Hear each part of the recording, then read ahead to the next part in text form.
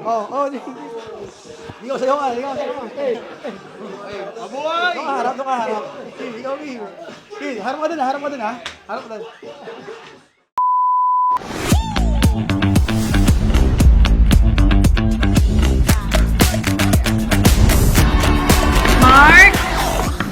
Mark? Anong oras na? 5 minutes na mag-i-start na yung wedding. Don't you ever quit? Yeah, show me what you're working with. I got confidence, I get compliments. I'm gonna live my life with that opulence. I'm so popular, I got influence. I'm gonna set the trends and then Uy, grabe, 5 minutes na lang. Roger, may kasel ka. you working with like the spy. Yeah, take it for a spin and baby go. Ang oras na. Dito tayo. Santo.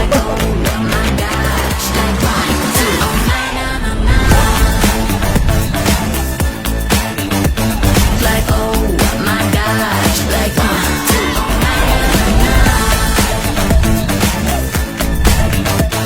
like oh my gosh, like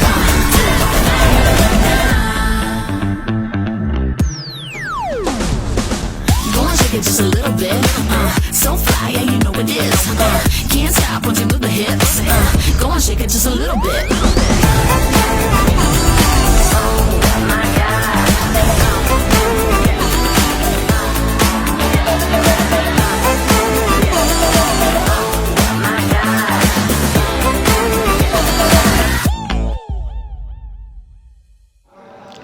Mark? Mark? Okay na ba kayo? Tara na. Hi, love. It's been more than a year since we started planning this wedding. And I've imagined this day at least 1,000 times. While I was at work, while eating, right before falling asleep, and even in my dreams. And now here we are, standing in front of each other, about to begin the rest of our lives.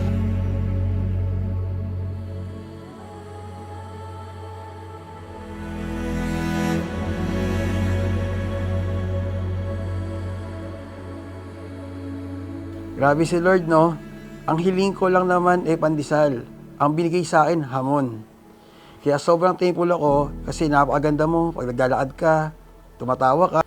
Pero kidding aside, sino ba naman hindi makakagusto sa tulad mo? Pati sino ba naman ako para magustuhan? But then we became friends. We got to know each other.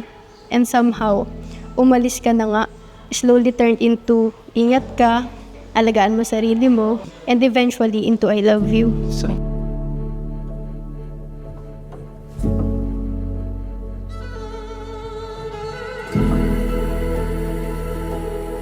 Here we are about to start the rest of our lives.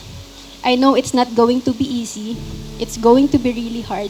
But I want to do that with you because I want to be with you. With every step that we take together, I will trust God to guide us, so that our love may always reflect His grace, His strength, and His joy. With you, I didn't just find someone who gives me peace.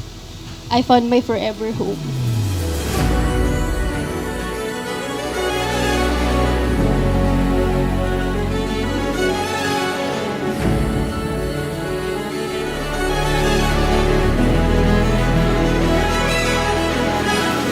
Mark, ang pundasyon mo lang, si Jesus Christ. Sabi sa Bible, no one can lay any other foundation other than the one already laid, which is Jesus Christ. Pag merong kang takot sa Diyos, pag merong kang relasyon sa Diyos, may laban ka.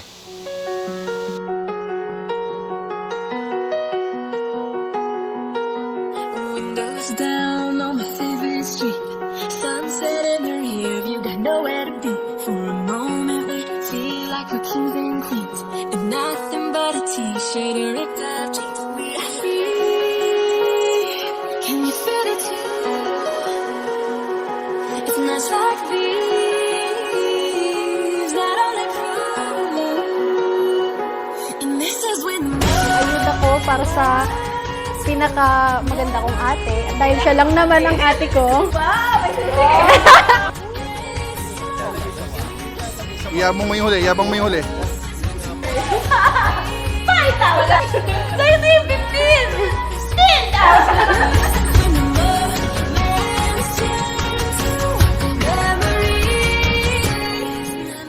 una sa lahat, binabati kita ng congratulations. At ako ang napangasawa mo. Marahil marami kaming nag-audition, pero isang Mark ang napili mo. Sobrang swerte ko kasi sobrang ganda mo. Sobrang Latina, stunning.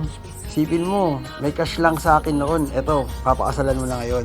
When we first met, the first thought that crossed my mind was, sino ba to? Bakit ang ingi-ingi dito sa gym? Ang kapal naman ng mukha nito. For you, fresh. Hindi ka ba siya makita? Hindi. Bawal.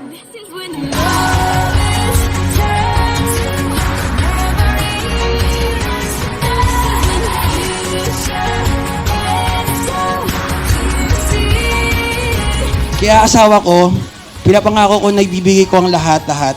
Di man ako perpektong, pero pipilitin ko punang lahat ng magiging pagkukulang ko. Palagi ako nakasuporta at magiging matibay na haligi sa tahanan at magiging mabuting ama sa bubuhay nating pamilya.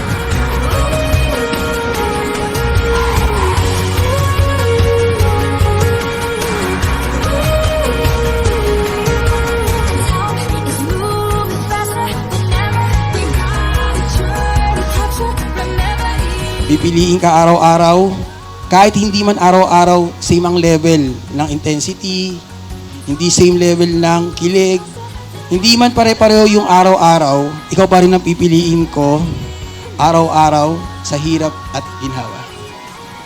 Hanggang ngayon, makapal pa rin naman yung mukha mo. But now, that face is the one I want to see every day for the rest of my life.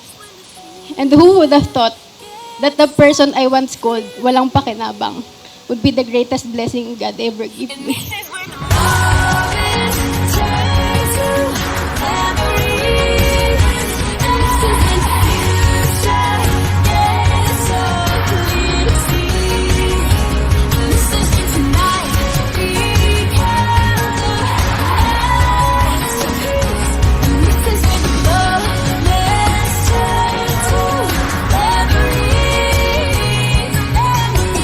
Because you are now husband and wife, one in spirit and soul, and standing pure and holy before God and one another. And Mark, you have taken on the responsibilities of a husband. This is the moment you've been waiting for. You may now kiss your bride.